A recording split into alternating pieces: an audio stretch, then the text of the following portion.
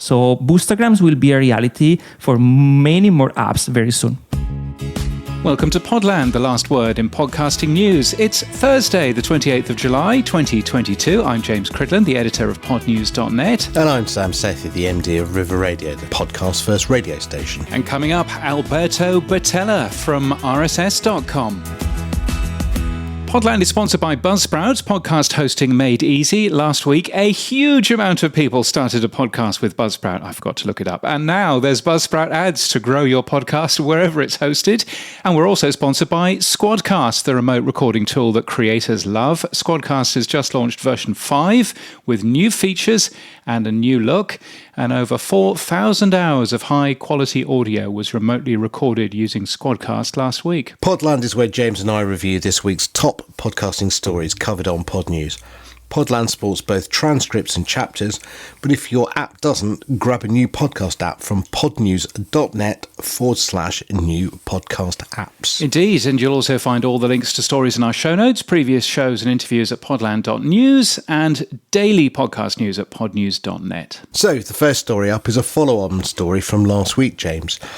We had Moritz from Alby talk about their new API and how RSS.com was going to be able to integrate with it. So in a step forward for podcasters wishing to enable value-for-value streaming, podcast host RSS.com has actually seamlessly integrated it so that you can power boosts and boostgrams with a free Lightning wallet for every one of their podcasters. To understand more about that and to understand how it works, I reached out to Alberto Bertelli, who's the CTO of RSS.com, and I asked him first up, what is the integration with Alby all about? Well, we launched less than 24 hours ago, and the integration, to the best of my knowledge, is the most straightforward showcase of how value for value works. And when I say showcase, I mean from the podcaster side, from the creator side, but also from the listener side. What we did was discussing with the team at Alby, Moritz and team, and we knew they were about to release an API. The API was released last week, 10 days ago. The documentation was barely finished at the time. So we decided to hop on the opportunity because we love podcasting 2.0. So we felt that the Alby API was the perfect opportunity as a low-hanging fruit of focus for a couple of days, the entire team, on this feature. And that's why we did it. How does it work? You are a podcaster on RSS.com. You have a tab called Monetization, where you have a few options, including founding and donation, which is the podcasting 2.0 tag. But from yesterday, you also have value for value. So with literally one click, you open a new window with a single sign-on to sign up or sign into your Alby account. Your wallet is created, is returned to RSS.com, and we add the value for value tag in the RSS feed. And that's it.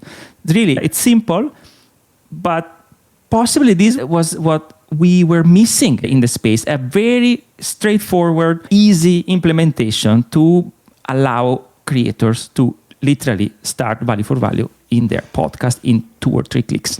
Brilliant. Now, we're going to release the video that you did as well. But in terms of total development hours? Well, it took approximately 1 week, but I have to thank our team and Alby's team. They worked around the clock on the weekend. So Dennis, Carlos, Davide, at all times, night and day, they were working on this. You know how it works. You have to iron out some small bugs and fix things. But we managed to launch on time, and we launched yesterday.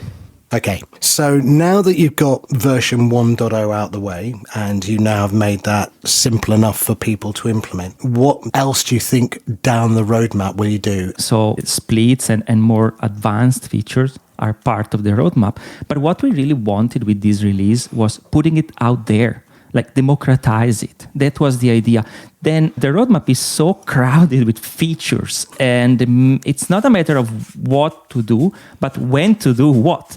So when we will pull the trigger on the second iteration of this feature will depend on the adoption, on the feedback. We really wanted to be out there. We really wanted to start to gather, let's say, metric and stats about the adoption of the feature. And I'm very keen on checking in a couple of days and see really how many podcasters are going to use it. Is it 1% of the podcaster? Is it 0.1%? We don't know yet, but we're going to share these stats. So as a creator, that's great.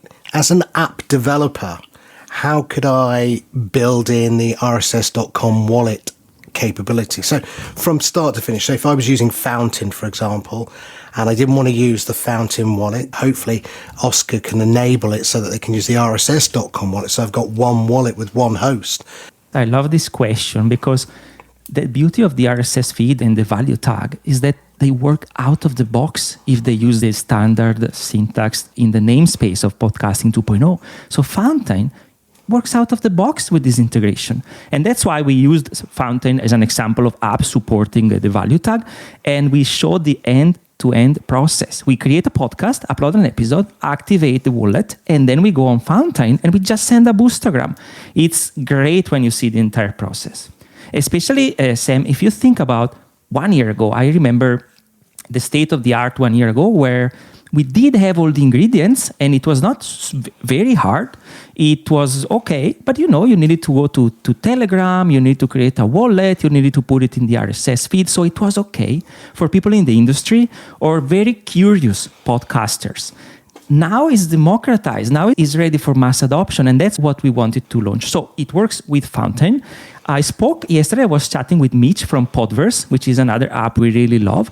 Podverse already supports it from the website, and Mitch told me they're gonna enable it very soon as well. So boostergrams will be a reality for many more apps very soon. Cool. You mentioned boostergrams. Let's explain for those who don't know. Boostergrams are comments with micropayments attached. Will I be able to see those in the RSS wallet? Will I have a page that shows me what boostergrams have been left? For the sake of speed, we are not showing the messages yet. What we are showing is the balance that you have in sats and the number of boostergrams. Then there is a button that you can click where you open in a new tab the Alby website, and there you're going to see all the messages. Version 2.0 is going to be displaying also messages in-app. And going down the track, will I be able to top up my wallet with fiat currency via RSS? That's a great question. I heard when you asked the same question to Moritz last week, and I thought, I've been asking this question for years, right? It's not the case yet, and I heard Moritz saying that they're working on that, so I'm looking very much forward to see this integration. Okay, so given that's coming down the track as well, that completes the circle, I think, for that monetization part. Moving forward onto a couple of other things, just understanding, given that you're the CTO, the social interact tag came out again as ratified by the Podcast Index a couple of weeks ago now. The ability to basically point a Twitter URL or a Mastodon URL. Now, for me as a creator, I really want my host to provide me with the fields, right? I don't want to be manually coding the RSS. So in the same way that you've just now provided the podcast value tag and you create my wallet credentials, will I have for each episode from RSS.com or maybe all other hosts, the ability to have a field that I just type in the URL or I automatically create the URL? Because I know John Spurlock's done a great job at podcastsocial.org for having, again, an ability to create a social interact, I guess, comment server. Have you had any thoughts yet, Alberto? Yes. So the premise is that we really aim to adopt all the Podcasting 2.0 tags. We haven't adopted the location yet, for example, and we are going to adopt the social tag. The question is when to pull the trigger. The point is that when you have tens of thousands of users, most of which are not really well acquainted yet with the possibilities of podcasting. They start with you. We get a lot of long tail users. We don't want to confuse them. That's a problem. So if we offer a feature from day one as an option, the more option, the higher the complexity. And if the option doesn't reflect anywhere at the beginning, so if there's no clear use of the option, then it confuses the audience and the podcasters. And that's why we are going to wait just a bit. So we have a long pipeline of these features we want to launch, and we wait every month when is the time to launch them. Technically, it's easy. That's the point. So it's more of a user experience perspective than really when to launch them. So we are keen on starting and launching them as soon as possible, but we want to find the right time and the right place. Like the value for value. We closed the loop with the Alby API and apps like Fountain. That was the right time, and that's why we did it. Okay. The other one that's been talked about quite a lot is the live item tag, lit. Again, any thoughts on when you might Same support thing. lit? We are waiting because we would have too much complexity. One of our mottos is keep it simple. So we are holding on some tags until we see more adoption from especially client apps. I wish a big app, and I'm speaking about Apple, Spotify, Google. I wish one of them started to adopt some or all of the Podcasting 2.0 tags. That would be a game changer. Yeah, oddly, I hold out more hope of Apple than Spotify doing Me too. that. I think given the context, the current strategies that we are seeing in the industry, it's more possible. But my point is that being on the other side and reading all the customer support requests that we receive, people get confused. So, for example, let's say chapters. They say, "Oh, I added chapters. We support chapters and so on. Wait, I don't see them on Spotify." And then you have this knowledge-based article where you have to explain chapters are an experimental feature that's going to be adopted more and more, blah, blah, blah. So that's our problem. We received a lot of requests because people expect them on Spotify, on Apple. Well, Apple supports them if baked into the MP3, but still, sound bites and many other Podcasting 2.0 features being not supported cause concern in the user that don't know where they reflect, where they are seen.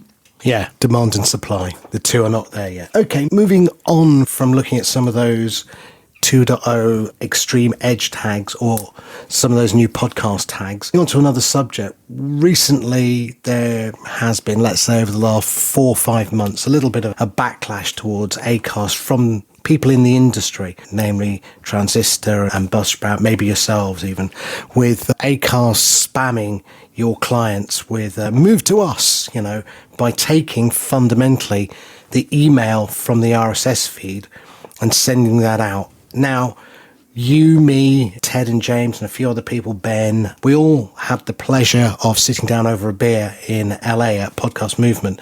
And we talked about this subject. So it goes back that far, really, March of the year. And you came up with a really interesting idea, which was the podcast verify tag. So, Alberto, tell us more about what that podcast verify tag is. So just to give the proper credit, it was not my idea. As you said, I'm just the messenger.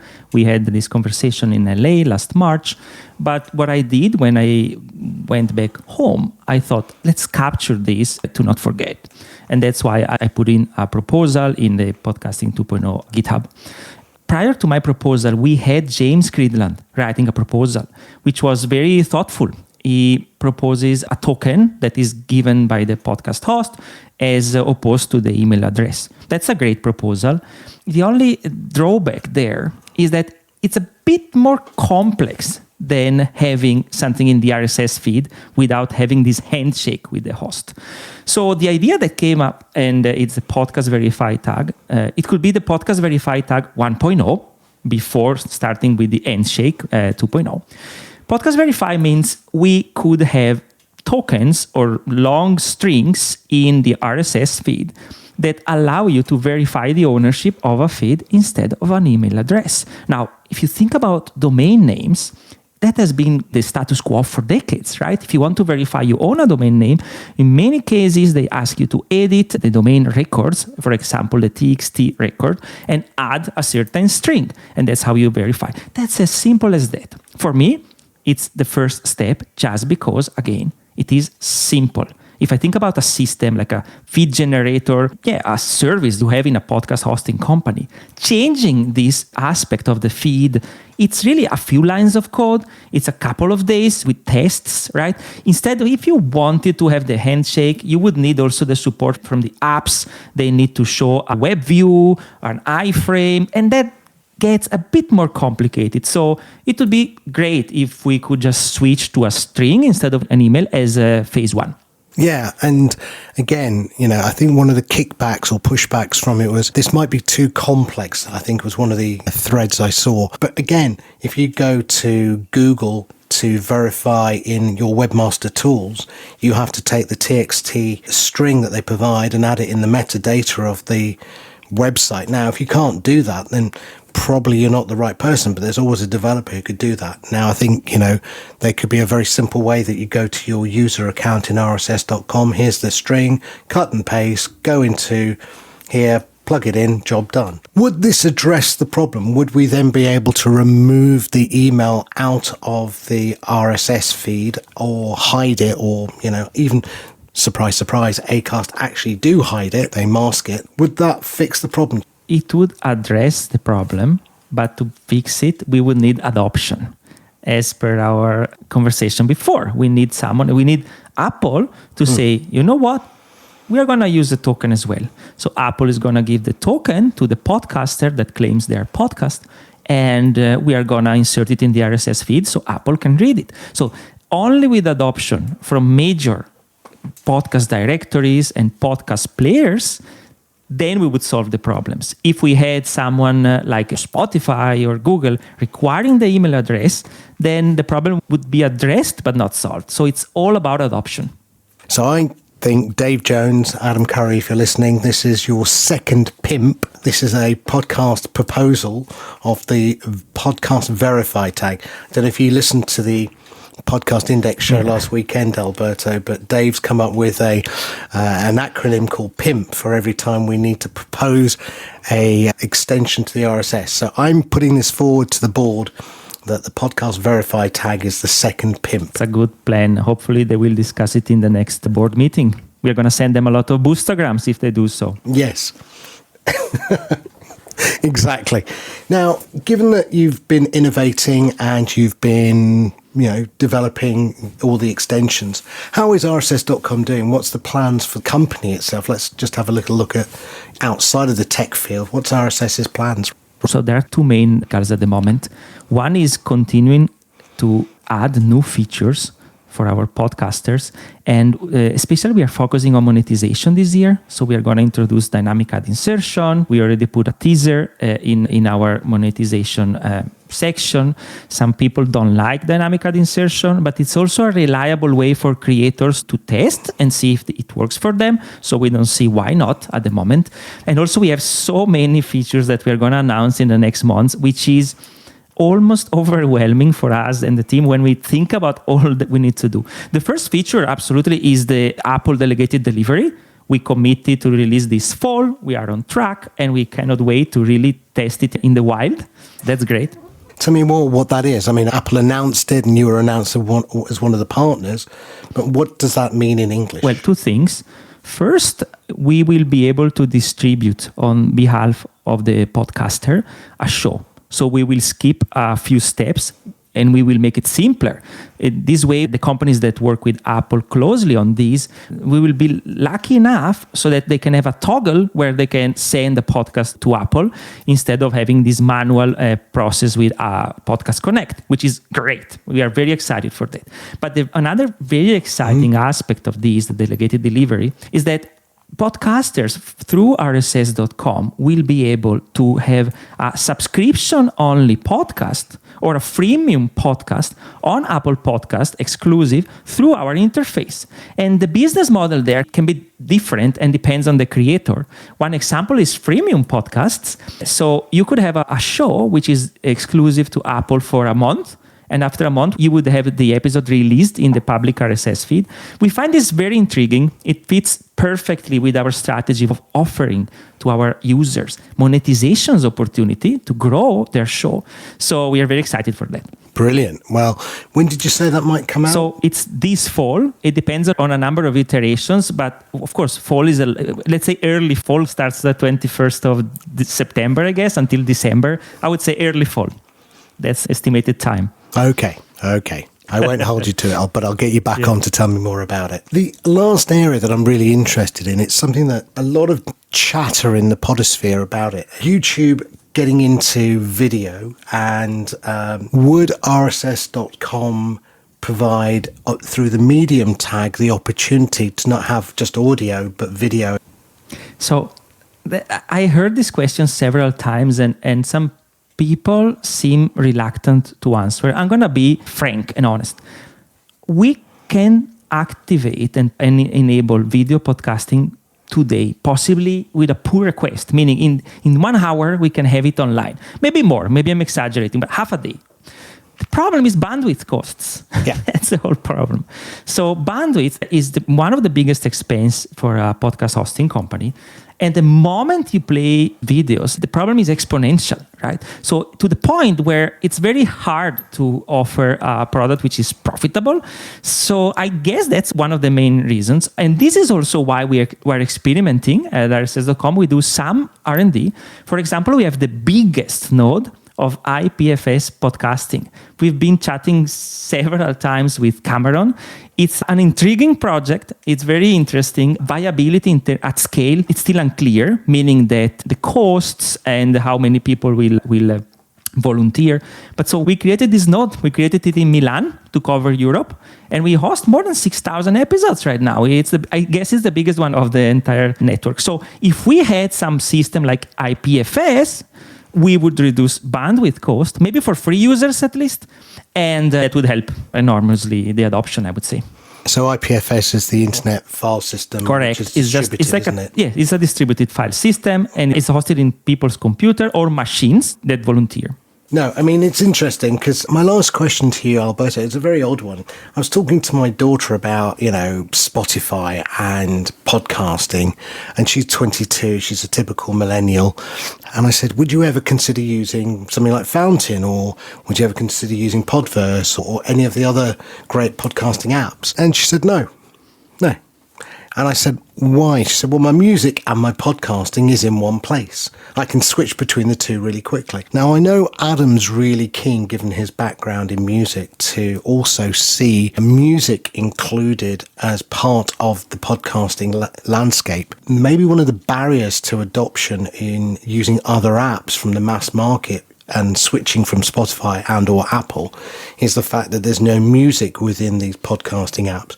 Could you see a time where RSS.com, forget video now then, would you support music within RSS.com and therefore allow app providers to create a dual music and podcasting app to compete? That would be very nice, and it would be something very fun to do, because you effectively broaden your industry. Cannot stop thinking about regulations and thinking about all these copyright infringement claims. I think the problem is compliance mainly at the moment, because we received on a weekly basis a number of copyright claims where some music gets removed. Most of the time they are legit, so nothing to say there. But there's no simple worldwide license where, imagine a license with a token, where the music company can just verify the license is purchased and they don't basically reach out to you. And because this doesn't exist, the problem is that you are assumed guilty by default. So you are removed from Spotify, for example, and they say, we removed you, we're going to remove you. And if you think you're removed by error, you can reach out to the copyright holder. Sure. I mean, that's not a very cumbersome process. So yes, we would love to do that, but I think the industry is not really allowing at the moment to do that. Hopefully soon we will be able to pull the trigger. Okay. Now, just to remind everybody else, if they want to now get involved in RSS.com and they want to get involved in Value for Value, what's the simplest way? RSS.com, sign up, and put the email, verify the email, and therein they can create a free episode. The first episode or trailer is free, and they can test all the features with no limitation. And that's live now. As of 12 hours ago. Congratulations, well done, and thank you. I'm sure everyone's going to be very excited to go and try that. Thank you so much. Thanks, Alberto. Alberto Batella from RSS.com. It's nice to hear his voice. I'm looking forward to seeing him in Dallas in the next couple of weeks. And the RSS.com integration with Alby is really, really smooth. So they've done a fantastic job. But I was wondering, James, on Pod News, there is an article you wrote which shows all of the features for podcast apps. But would there be a chance to get a table of all the podcast hosts? So our sponsors, Buzzsprout, support chapters, transcripts and sound bites, but I'd love to be able to compare that to Captivate, Blueberry, Libsyn, RSS, Anchor, Castos, etc. Is that something you might do or somebody else could do for us? Yeah, I think that some of that data is already on the Podcast Index's website, and I'm sure that that's available to be pulled in. I mean, I guess some of it is, Libsyn technically supports everything, because you can put raw RSS into your feed using Libsyn if you host with that, and that's great, but it's not necessarily the most easy way to do it, is to copying bits of RSS. So whether or not that necessarily counts, I don't know. But it would be interesting, wouldn't it, to have a look at where hosts are on this. My suspicion is that Buzzsprout is probably closer to anybody else in terms of their support, but Captivate doesn't support an awful lot at the moment, but I'm sure is still looking at this sort of stuff. I know that Todd Cochran has been saying good things about Podcasting 2.0 recently, so worthwhile keeping an eye on that. I'm sure I can dig some more information out there. So my personal wish to Alban and Kevin is, please can you support the podcast value tag now, so that we can start to integrate our wallet into that as well. Well, that would always be interesting, wouldn't it? I'm sure that they're listening, so I'm sure that they've written that down, and they're going to ignore it for now. But I was going to say, bottom of the list again. Yes. I think one of the things that Buzzsprout is very clever at, actually, is when you contact them and you say, please, could you do this particular feature? Instead of saying, yes, thank you very much, dear customer, for that feature, they will actually mail you back and say why they're not going to do it. And there are various reasons why they would do that. And I think that that's probably a clever plan, rather than lie and say we've put it, we've passed that on to our developers. Thanks so much for questioning us. I don't really think that's that's really a long-term thing. So I quite like the way that they're a little bit more honest, and I wish that other people were, I think. Yeah, I really like how the mid-rolls work, the ads that they've injected. Again, one of my requests to be ignored is that, could they be paid in sats as well, rather than in fiat currency? That would be an interesting step. Oh, fancy. Well, and on that bombshell, there's more news about Podchaser this week, which is exciting. Yeah, hot on the heels of last week's acquisition by Acast, Podchaser's announced this week that developers can now pull episode transcripts from the Podchaser API. I noted, though, that it's only limited to the top 5,000 podcasts, and it is a beta product. James, have you had a look at this at all? I've not had a look at it. It's a paid-for thing in the API. I don't have access to that bit, so I haven't had a look at it. But, the top 5,000 podcasts, whatever those are, is a very different thing from you can grab every transcript for every podcast under the sun. But nevertheless, it's a start. It's a move forward. One would assume that the reason why they're doing that is tied in with the reason that everybody's doing transcripts. It's to help advertising and to help those advertising ads be more carefully targeted to the type of people who you want to advertise against. So if we all of a sudden start talking about cheese, and a cheese manufacturer wants to advertise on a podcast, then it doesn't matter that we're a technology podcast. They can still, advertise around this conversation that we're now having about cheese. So, I think that that's one of the reasons why they're doing it. And that is, although it would be way too soon for them to be working on special features for Acast, that is clearly one of the things that Acast is now doing with their conversational targeting. So perhaps it's sort of part of that. But certainly, it's a good start, the top 5,000 podcasts, to find out what's actually being talked about in there. Yes, it says we're utilising cutting-edge human-in-the-loop transcription techniques. Human in the loop. I wonder what that's supposed to mean. Somebody presses the send button? I don't know. I will put a link to the upgrade to unlock transcripts in the show notes, though. I think that's a wise idea. I know that Benjamin Bellamy is working on an open source transcription service as well, isn't he? Yeah, we talked about this last week, and so he's working on that. And I just thought it was interesting to look at who else is working on it. So you've got Amazon, as we know, providing a transcription service. I use Descript to get our transcripts for this podcast. Eddie from Headliner is a free-to-use transcript service, which went offline for a couple of days last week, but it's back. So, yeah, there are lots of different places to get transcripts. Any news on that court case, James, that was flying around with Simplecast? Yeah, so this was at the end of last year. Simplecast and SiriusXM were basically taken to court by an advocacy group in the US for not producing transcripts, and everything has gone quiet. And one of the things that I have on my list of things to do is to contact that advocacy group and say, what's going on then?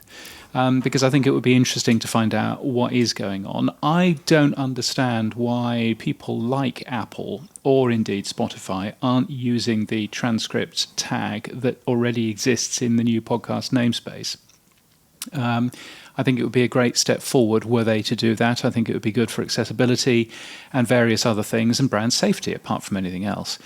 So I think that would be a worthwhile thing to end up doing. So I'm surprised that no one is looking at that yet.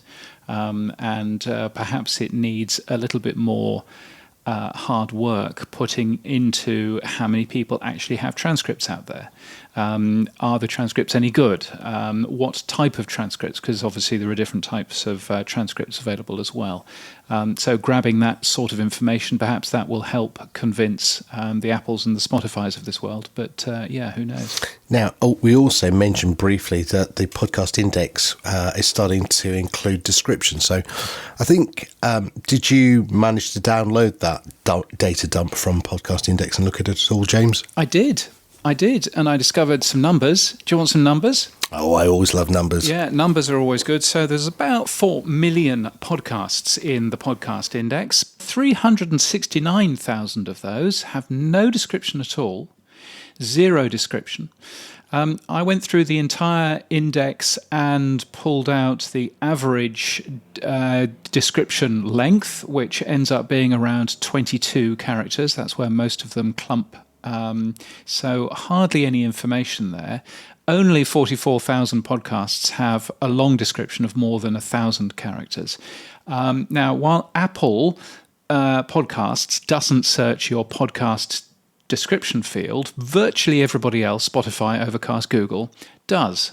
So if you want to appear better in search engine results within your podcast app, then put more stuff in your description about what your show is about, keywords, all that kind of stuff, because it will really help in every other podcast app apart from Apple.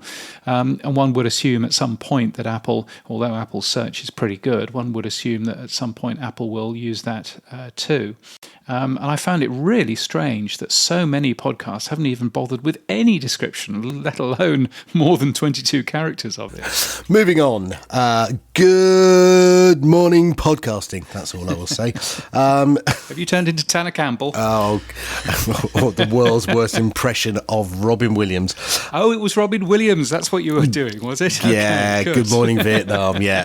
Yes. Can you edit that out? No, it's staying in. No, it's staying in. You've been doing a little bit of digging and found some YouTube videos of Robin Williams talking to various interviewers in the United States from January 2000, before the word podcasting emerged in 2004. And from what he describes, it sounds like he was one of the first people, if not the first person, to do podcasting. So tell me more, James. Yes, well, I think he was one of the first podcasters. Question of whether or not he was doing podcasting is probably a different one. But what he was doing is, Robin Williams was, of course, the actor and comedian. He was an early investor in Audible, which of course still exists. And one of the things that he realized that you could do with Audible is record a show. And so he recorded a show. It was called robinwilliams@audible.com, an email address that probably doesn't work. And so he ended up producing that in his house in San Francisco, and it went out on the Audible service. And if you had the Audible syncing software on your desktop, and if you had the Audible mobile player, it was called, which was a little piece of hardware that sat on your desk, if you had that plugged in, then it would automatically download new shows from Robin Williams, transfer it onto that portable audio player, and then you could pick that player up and go and have a listen to it while you're walking around the park with the dog. Sounds very similar to me to a podcast.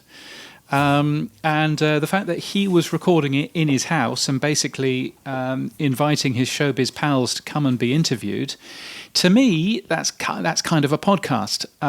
Now, quite a few people have said, well, only a very few people, only 2 people, if we could be honest, have said, nah, it's all rubbish because it's not RSS and, et cetera, et cetera. But to me, if you were just talking about the listener experience, it's identical to where podcasting is now, and I just found it quite fascinating. I mean, have a listen to this guy's voice, because it's just fantastic. Now, here's a conversation I had with David Crosby in San Francisco on a Sunday afternoon. I know it sounds like a song, but there's a lot more. Just a tiny little clip of his interview with David Crosby. And, he's a guy that knew how to talk into a microphone. He's a guy that understood how to put an interesting show together. And the technology was there to automatically stick it onto a portable player and take it away, which nobody else had at that time. So, yeah, I just thought it was interesting. I wasn't trying to set off an argument. And in fact, most people have loved it. So that's a nice thing. Well, all I'll say, if it looks like a duck, swims like a duck, and quacks like a duck, then it probably is a duck. Well, I'm glad it went back to ducks. Yes, indeed. Now, moving on. Spotify's financial results, James. I'm delighted that you've gone off and written all of this up, because Spotify didn't bother sending me their financial results because they don't talk to me anymore, and I'm delighted that you've got all of this data. So thank you very much for that. Spotify is doing very well. They've added 6 million subscribers. You might remember that Netflix has lost a bunch of subscribers while Spotify are still adding them, which is nice. Their number of premium subscribers has gone up as well. A good year-over-year increase of 14% of their subscribers, which is a good thing. And and it's all a very good thing. I mean, obviously, they're still not making any money. So they lost around $127 million this quarter. It's only $127 million. That's chump change, basically. They earn average revenue per user. Is this per month or per year? I wonder. That will be per month, I would have thought, cost. Per month, $4.60. Yeah. $4.60 per month. That would probably be about right, wouldn't it? And that's up from $4.44 last quarter. So you can see quite a lot of interesting things going on there. I hear lots of people who understand the music industry much better than me going, YouTube Music is where it's at these days. And YouTube Music is taking everybody else's lunch, and it's going to be a real force to be reckoned with in a couple of years' time, as it's growing far faster than anybody else. Obviously, we need to wait for Alphabet's data for that one. But Spotify still seems to be doing pretty well, albeit not that much information around podcasting, is there? No, it's very light on podcasting, although it did say that Spotify earned over 1 billion euros from music advertising versus less than 200 million euros from podcasting. That was in the FT this week. So, yeah. That's not a great amount, and euros and US dollars are much the same, in case you're listening in the US and you're wondering. So 200 million US dollars ish from podcasting in a year. Doesn't sound particularly high, but it's obviously It's obviously something which is going to grow, and that's an interesting thing to have a peek at. They also have 4.4 million podcasts in their database now, which is interesting because that's more than Podcast Index and more than, well, basically anybody else. So you can probably take a guess that quite a lot of those podcasts are going to be crap. If they're not even listed in Apple Podcasts, they're not listed in the Podcast Index, they don't have an RSS feed, because quite a lot of Anchor podcasts don't have RSS feeds these days, you can probably guess that they're not going to be particularly good. Yeah, Dave Jones on last week's podcast show says he thinks Spotify will exit the podcast market in less than 5 years. He does, and I'm not necessarily sure that I agree with him there. I actually went through, I haven't published this sort of properly yet, but I went through the latest data about Anchor podcasters. And because obviously you can learn a lot from the Podcast Index data, they list just over 4 million podcasts in their database, and 1.8 million are hosted on Anchor, so that's 44%. One of the things that I did notice when I was trailing through all of this data is that, Anchor hosts are more likely to pod fade, even if they're committed and regular, which I thought was interesting. But when you have a look at podcast hosts and if people are leaving podcast hosts, if people are moving to different podcast hosts, it used to be that 6 or so months ago, everybody was moving to Anchor. Now what we're seeing is lots of people moving away from Anchor to Megaphone, to Spotify's Megaphone. And I wonder whether what's going on here is that actually Anchor is working brilliantly for Spotify. What they're doing is they're pulling in new, inexperienced podcasters. They're helping them understand the trade, helping them become more committed and regular. And then they're spotting those big shows and saying, hey, come over to Megaphone. Because Megaphone will help you earn money out of this. So perhaps actually Anchor is a very cheap way for them to market and to get in front of new podcasters in much the same way as Acast does, which also has a free plan that they then can upsell from. So perhaps it's working well for them, but in a different way than, a Buzzsprout or a Libsyn or a Blueberry. Well, I mean, the first thing I'll say is, in light of the market and the downturn in advertising and the reduction in subscriber numbers, and also several platforms, Spotify included, announcing the increase in subscription costs, this quarter still looks impressive. Adding 6 million subscribers, whatever we think of their podcast strategy, clearly something is working for Daniel Ek over at Spotify. Two other things that stood out for me in the announcement. One was Spotify has stopped making its Car Thing dashboard accessory, which cost the company $32 million US. Didn't even see it coming out the front door, let alone try it or look at it. But that's gone. And once again, the quarter passed without Spotify announcing a release date or a pricing for Spotify Hifi, the new higher quality subscription tier it announced over a year ago in February. Spotify announced something and then didn't actually deliver it. Who'd have thought it?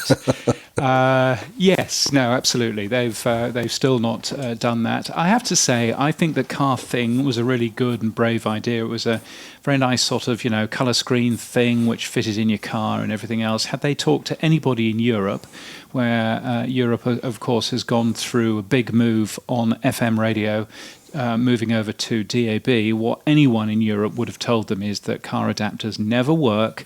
They just don't work. Don't do them. But nevertheless, Spotify had a play with that for the US market. They did, shift quite a few of them, is my understanding. But, clearly, I gather that it's actually cost them money to stop making them because of the way that these things work.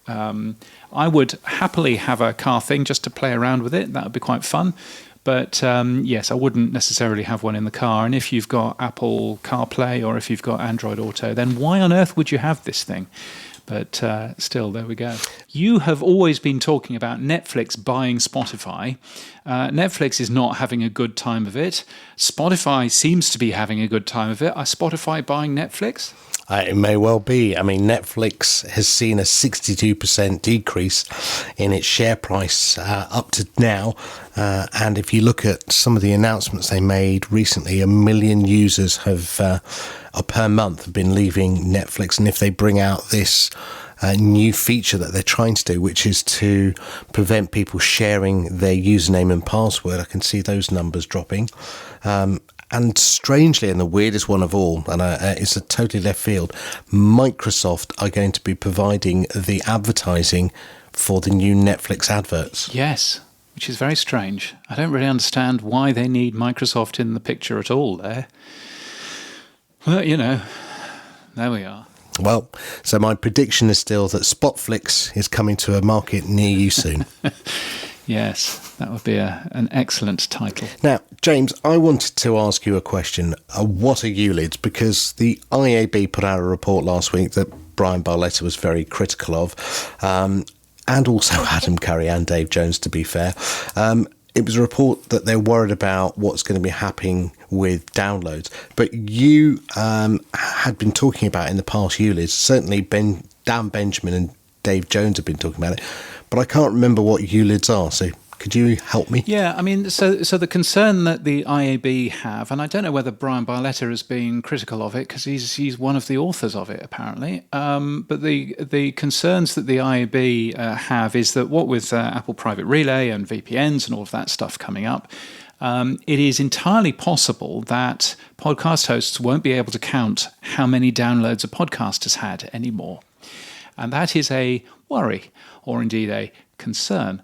So we want to kind of avoid that. And so what the IAB have done is they have taken 1 year, Sam, 1 year to put together that document. 1 year. And what that document basically says is we're really worried about this, and we're really worried about that, and we're really worried about the other. And our solution to all of that is, please, Apple, come and talk to us. Please, Apple. Please, Apple. And that's the full document. Please, Apple, come and talk to us. There's absolutely nothing constructive in it at all. It's an utter waste of time for 12 months of people writing. Todd Cochran spent 20 hours on that document. 12 months, and it was, please, Apple, come and talk to us. But as you so rightly say, ULIDs might be at least a partial solution. So the way that it works is that it is basically a random piece of text which gets passed with your download of an episode. So you download an episode, your podcast app adds a ULID, which is essentially a random piece of text, to the end of it. And as a podcast host, you know that for every piece of random text, that is one download. And that download may be split up into 6 pieces because that's the way that downloads work over HTTP, and that's all fine, but they'll have the same random piece of text, the same ULID, until that episode is downloaded properly, and then that ULID is thrown away, and another random piece of text is used. And so that is a pretty good way of measuring downloads. What it doesn't measure is it doesn't measure actual plays. So there's still an issue there. It doesn't necessarily fix the entire problem, but it certainly fixes, the main issue of what happens if we're all behind the same VPN, we're all behind Apple Private Relay. How can we actually work out decent download numbers? Well, adding that ULID to our downloads completely fixes that if every podcast app does it. And that's the problem, because you'd need to convince Apple that it was worth their engineering time on, and Spotify, and Overcast, and all of the other people as well. And it would be nice if they were going to do that, but not sure. Moving on. Last weekend here in the UK was the British Podcast Awards.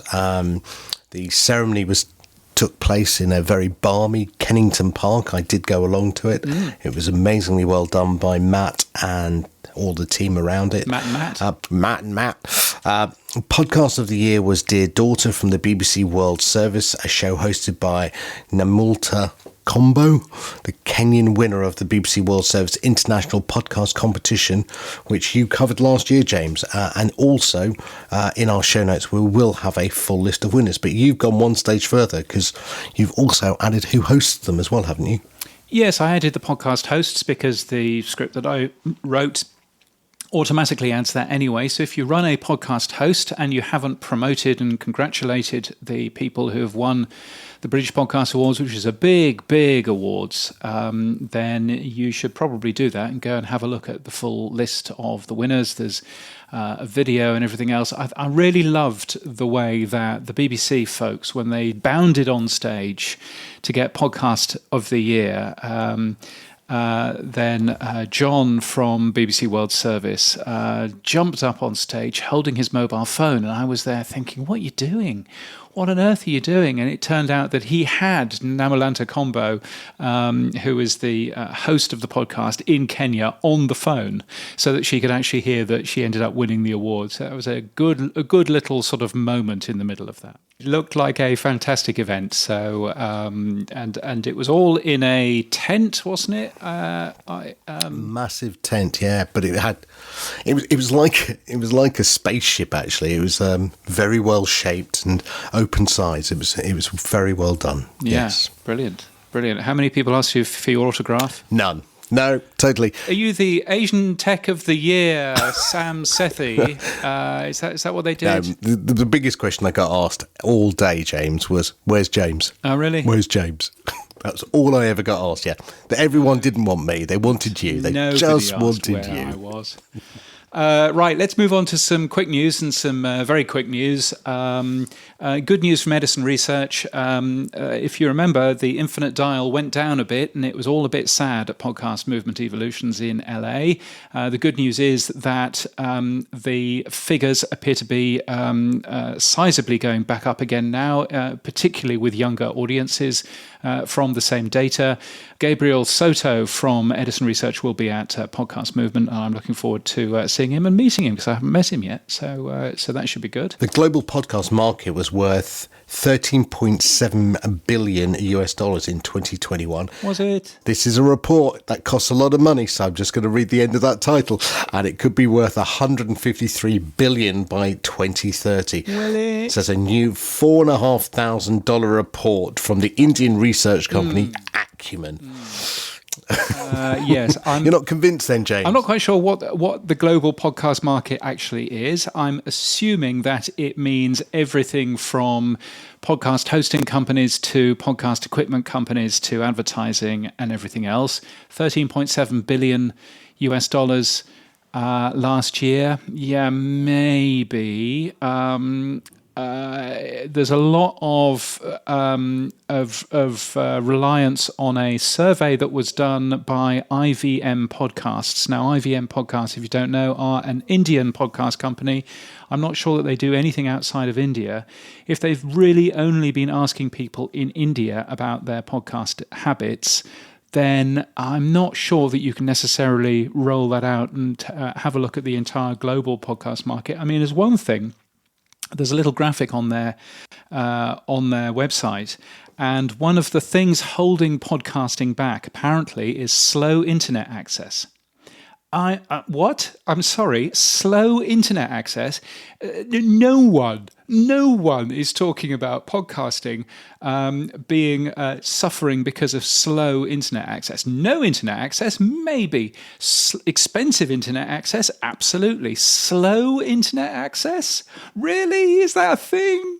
I don't know. I'm not sure it's a thing. But if you want to spend $4,500 for this report, then, knock yourself out. I think that would be an excellent thing. I think you got it all on their homepage for that one graphic for free.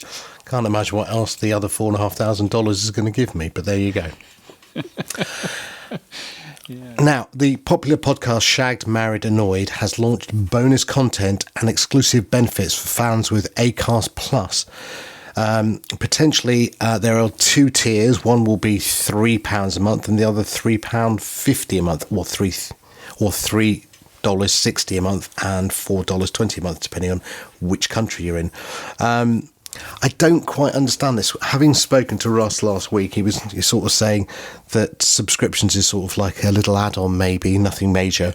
And here they are pushing out one of their biggest titles into a subscription benefits solution. Yeah, as an add-on, yeah. So as bonus contents and exclusive benefits. And so you can see that one of their biggest podcasts will have fans that want additional stuff from that particular show. So you can guess that might be of interest to them. I'm fascinated to work out, that £3 a month or £3.50 a month. £3 a month is, I think, something like, a valued listener, and £3.50 a month is valued listener, or however they've ended up putting it. I mean, with only a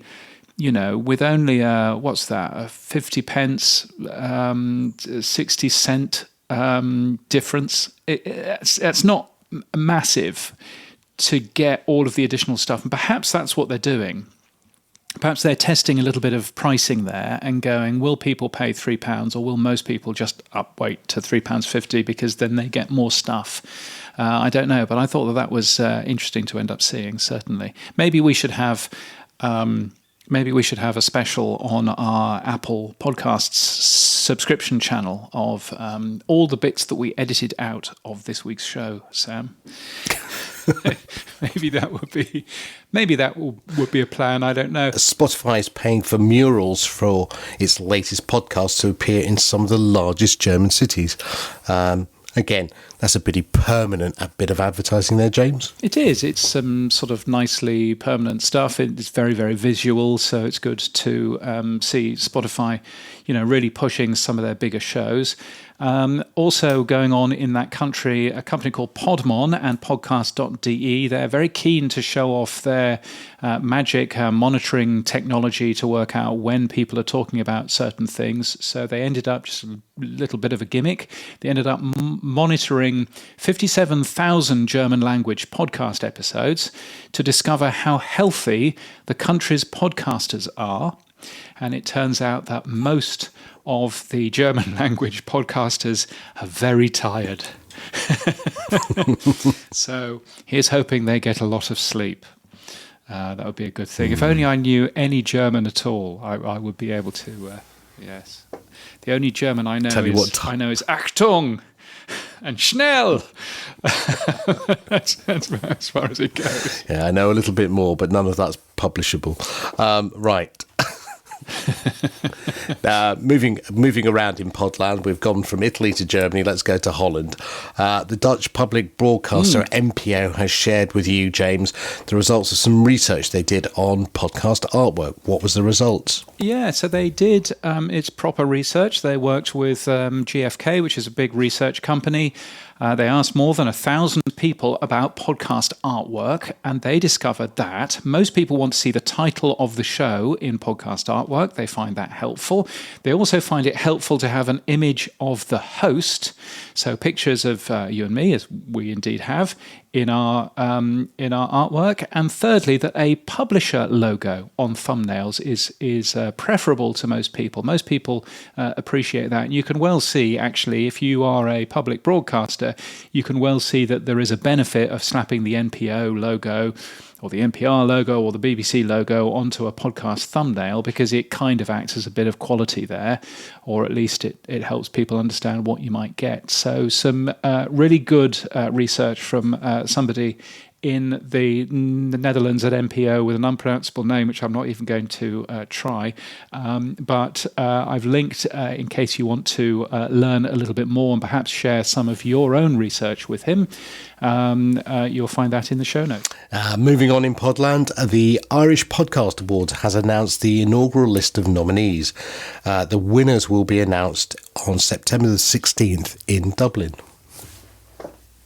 Yeah, podcasting very, very big in Ireland, so it'll be worthwhile taking a peek at that. And Sounder has just launched a new website as well. They've changed their positioning a little bit. They're focusing very much more now on automated brand safety and the tools that they provide. So it's worthwhile having a peek at that. That's at sounder.fm. Now, moving on to the tech stuff. Last week, there was a big ratification of the Podcast Social Interact tag, which is new to the podcast namespace. You can add a link to your root post using either Twitter or Mastodon. But I noticed John Spurlock, he'd done it a few weeks back, so it's not brand new, but it's suddenly coming back into the conversation, has said that with every new feature proposed in the open podcasting ecosystem, there is a chicken and egg problem. He said apps are hesitant to start implementing the feature before the podcast platforms support it, and the podcast platforms are hesitant to start implementing the feature before the podcast apps support it. And that is so true with many of the other things like the podcast verified tag we talked about earlier. So he's come up on podcastsocial.org with what he calls volunteer comment servers, temporary servers that you can use if you want to test the social interact tag. Yeah, he has, and it's a really nice idea. He's actually even gone one step further. He's got a clever little idea. He's using a .land domain for this, thread.land. Wow. Thanks. That's exciting. And what that is it's essentially a really easy way for any podcaster to basically turn on ActivityPub comment threads. So one of the problems if you're wanting to add cross-app comments in your podcast app is that you need to fiddle around with servers and ActivityPub and everything else. And what thread.land does is it takes all of that away, and you can just automatically link in your RSS feed. So I'm surprised that a crafty podcast host isn't already basically doing something similar, because, there's lots of podcast hosts out there. They all do much the same sort of thing. And so the real trick here is differentiating yourself between you and your competition, and having somebody that is automatically doing cross-app comments for those podcast apps that deal with those would, I think, be a really sensible idea. So I'm surprised that other people aren't doing that. But yeah, if you are interested, if you self-host, then thread.land is a good place to be. And John is busy grabbing a little bit of understanding around who might want it. And you can get onto the early access list, as Pod News will definitely be doing as soon as he's finished actually building the thing. Do you still have the issue that you raised a few months back, that there's two competing comment standards within the podcast index? This one here, the social interact tag, and the Boostergram one. Yeah, I mean, I must say, I still have that issue, and I would rather that we focused on the lightning comments thing, which is essentially sending a Boostergram. But I can also see on the other side, some people want to steer very clear from anything that they perceive as crypto. And I think it's interesting, we had a conversation last week. Well, I sent in a message to the Podland, to the Podcasting 2.0 podcast, and talking around, my previous comments around talking about sats as internet tokens, and basically saying it's a really simple way of just, stick $5 into this thing, translate it into internet tokens, and send those to your friends, so that we're not talking about crypto at all. And Adam kind of agreed with me and actually said, yeah, I'm not talking about crypto either. I'm talking about value. I'm talking about value for value. And this is how the thing works. And I think we probably sometimes get a little bit hung up around the whole crypto element of it, which I don't think is actually particularly important. At the end of the day, it really is just an internet token that you're sending to somebody else. I think he was aggrieved that I once called it funny money. I'm not sure that I did, but I might have done. But if I did, I didn't necessarily mean that. But I do think that, thinking about sats as tokens probably keeps things, sort of relatively easy. And I'm not sure that we need to go into how the thing works and whether or not it actually uses the cryptocurrency under the hood or anything else. Just know that you've got some internet tokens there, and you can, if you want to, transfer some of those internet tokens back into inverted commas, proper money into fiat, into normal currency if you want to. Well, let's see what happens with those two comment systems. Now, your favourite time of the week, James, it's Boostergram Corner. Boostergram Corner. Yes, talking about sats and talking about all of that. We've had lots and lots and lots. So thank you so much if you have been listening to this show and thinking, I get lots of value out of this show. How can I give value back? And the answer is you send us a boost with a brand new podcast app. Fountain is a good one to get started on because it'll give you some free sats to get started. Some of those internet tokens that I was talking about just then. One of those people who's been doing that is Todd Cochran, who has sent 1,000 sats using Fountain. Thank you, Todd. And he said, go podcasting! Go podcasting! Which is a lovely thing. So, Todd, thank you so much for that. Much appreciated. And if you're listening to the New Media Show, then you will hear that he reads boostergrams out at the front of the show every single time now. So he's very, very, very much into it. Yes, I'd like to think that my appearance on episode 484 might have had something to do with Todd suddenly waking up to the podcast index stuff again. But you never know. Might be nothing to do with me at all. But there. I'm going to take credit where I can. Yeah, well, you might as well. So thank you, Todd. 1,000 sats is nice. 10 sats, it's okay. From Rasta Calavera. Rasta, thank you very much for sending us 10 sats, no message, but that's a good thing. Plenty of messages from somebody called Lyceum, but let me just read the message from Mere Mortals podcast, which is Kyrin, who has sent us a big row of ducks, 222 sats. That's a lot. So, Kyrin, thank you. Kyrin, by the way, puts together a great podcast, which is literally called Value for Value. And what he's basically doing on that is he listens to a different Value for Value supported show every single week and deconstructs how it works, deconstructs what the show's all about and how people are using Value for Value in that show. It's a great listen. So I enjoyed having listened to that while I was walking the dog the other day. He said, loving how all of these podcasting 2.0 features are steadily spreading out. Has been really fun from coming in near the beginning, and I have to thank you for that, James. Oh, you mentioned it at the end of a random online presentation during lockdown times, did I? And after I got over my initial scam detector, I've been blown away by what's being created. And funnily enough, Adam Curry has sent me Bitcoin now. Well, there you go. So, Kyrie, thank you very much. And I enjoyed your show. So I sent you a boost the other day. So keep on doing that too. Yes, we've had boosts, as you said, from Lyceum 222. This symbolic number of 4 twos could represent 4 ducks in a row, meaning that you have your things in order. I look forward to see it on the Boostergram numerology page on GitHub. Is there such a page yet, James? There is such a page. I think Martin has been trying to work out how to edit it. So hopefully you've worked out how to edit it now, Martin, or somebody else has. I should go in and check. Thank you for that. He's also said, I've added Alby to my Twitter account, and I will add it to my forthcoming last site, teaparty.media. Do you drink tea? Sam, do you drink tea? Yeah, I am a tea bag. I have about one on the go constantly, James, as you may well know. I do not drink tea. I know I'm British, but I do not drink tea. I drink coffee, mate. Yes, not coffee, mate. That's a different thing. I drink coffee, mate. He says, by the way, did you get streaming Satoshis to Pod News podcast? Yes, I did. I set it at 100 sats a minute. That's the way of doing it. And listen to 2 episodes.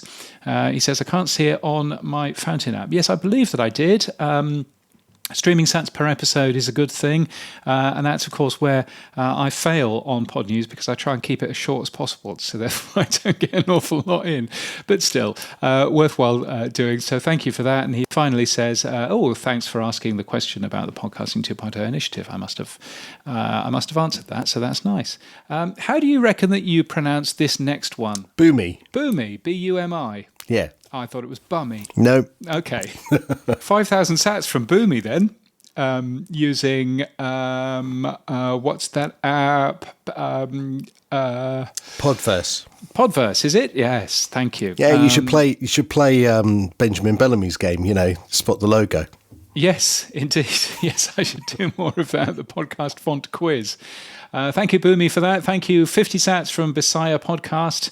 That's kind of you. And a rush boost from Dave Jones saying, Sam the Skimp. Sam the Skimp. I think this is you not sending me quite as many Sats as I sent you, but I only assume that's going on. Can I just say that will be corrected? Don't you worry, Dave. That was just me testing. That was my alpha test. That was all it was. And Ms. Eileen has sent me actually 20,000 sats on Alby, james@getalby.com, and she says, thanks James and Sam for helping me get set up with Alby. You're the best. No, Miss Eileen, you're the best. So thank you very much. She's got Eileen at getalby.com, and she does a podcast which I think is called The Anchor Show, which is all about how to use that kind of stuff. So thank you for that. Hang on a minute. So let me just get this right. She sent it to you, but it says, thanks James and Sam for helping me get set up. Yeah. But she sent it to you. Yeah. Right, okay. Yeah. I just thought I'd be clear. I will send the 10,000 sats. Don't you worry. I'll send the 10,000 sats to you. There we are. Sam the Skimp. Let's not get that going. I will get that sent over. But thank you very much. Much appreciated. And as I say, if you do get value from this show, then please do drop us a boostergram. Download Fountain. It's the easiest way of doing that. And follow all of the instructions from there. See if you can get your head around that. That would be a good thing. Hey, I think it's time for Event Corner. I think there's only one event coming up, James, isn't it? That's you going with the rest of the world. There is one event coming up, and there's only one event coming up, and that's my wedding in a week and a half's time. But we can ignore that and look further at Podcast Movement, which is in Dallas, August the 24th to the 26th. I will be on stage on the podcast growth track on Wednesday, sponsored by Quill.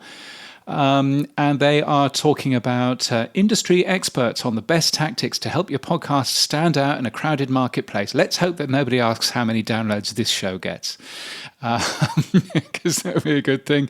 But the other people on the stage with me do know what they're talking about. Courtney Kosak, Ray Chow from Vox Media, and James Carberry from Sweet Fish Media. They are all on. So that's going to be great fun. I'm also on the Podcast Academy stand for 2 hours. And you can sign up to come and meet me there and spend a little bit of time with me. That will be fun. And on the Friday, I'm taking part in the New Media Show live, and I'll be on stage. How exciting is this? You're lit, Sam. You're lit now. I'll be on. Yes, we will be lit, and excitingly, I'll be on stage alongside Todd Cochran, GetYourOwn.com, and Rob Greenlee. That's right, Todd. I'll be with Tangier Estrada from the BIPOC podcast creators and the podfather himself, Adam Curry. Oh. So that's going to be very exciting. If you want to, you'll be able to stream that live at newmediashow.com, and that's free as it always is. So if you want to go and see that and hear that going out, then please do. And there's more events at pod.events. So what's happening for you this week in Podland, Sam? Well, I schlepped across London to the British Podcast Awards. That was great. I met up with the guys from Message Heard and from Crowd Network. So and they were great to hang out with, and obviously had a quick chat with Matt. So all good.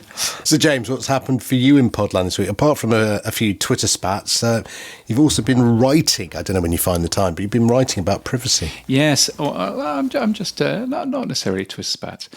But yes, I wrote something. There was an article that Seth Ressler, who's a decent chap, he's not an actual wrestler. He spells his name slightly different. All about podcasting's inverted commas privacy problem. And I put this up as a Medium post for now because it's a bit opinionated and I'm not sure if it should be in Pod News, but it's basically pointing out, actually, no, podcasting has no privacy problem whatsoever. IP addresses are not personal information. It's when you combine them with data from anywhere else. or you allow somebody else to combine them with data from anywhere else, that's when it gets personal. But there's a body of evidence showing that IP addresses are not personal information. So it dives into that, and then it dives into the bits of the wider podcasting infrastructure which have got a privacy problem, or indeed a privacy problem, depending on how you wish to pronounce it. So you'll find that in my Medium website, which is blog.james.cridland.net. And it's a thrill and an excitement. And I end by having a little comment about the IAB's Concerned Podcaster paper, as well. But yes, it was fun writing that, and I'm looking forward to getting a little bit of feedback as to whether or not I should be putting that onto the proper Pod News website as well. But that's it for this week. If you liked this episode of Podland, then congratulations. Why? Then tell others to visit and subscribe wherever you listen to podcasts. We'll be back next week with another review and analysis of all things podcasting. I can also tell you that Dan Meisner will be our guest in the beginning of August at some point. He may be telling us what he's planning next, so who knows? There you go. See, you've got it. Forward selling. You can also give us feedback or send us a comment using a Boostergram. You can also find all our previous shows and interviews on our website, podland.news. Yes, and I should make something which is super easy to explain how you can send us a Boostergram if you've never done that before. I think that would be a good plan. If you'd like daily news, you should get Pod News. The newsletter's free at podnews.net. The podcast can be found in your podcast app and the smart speaker, and all the stories that we talked about on Podland today are in the show notes. We use chapters and transcripts too. Our music is from Ignite Jingles, and we're hosted and sponsored by our good friends Buzzsprout and Squadcast. Keep listening.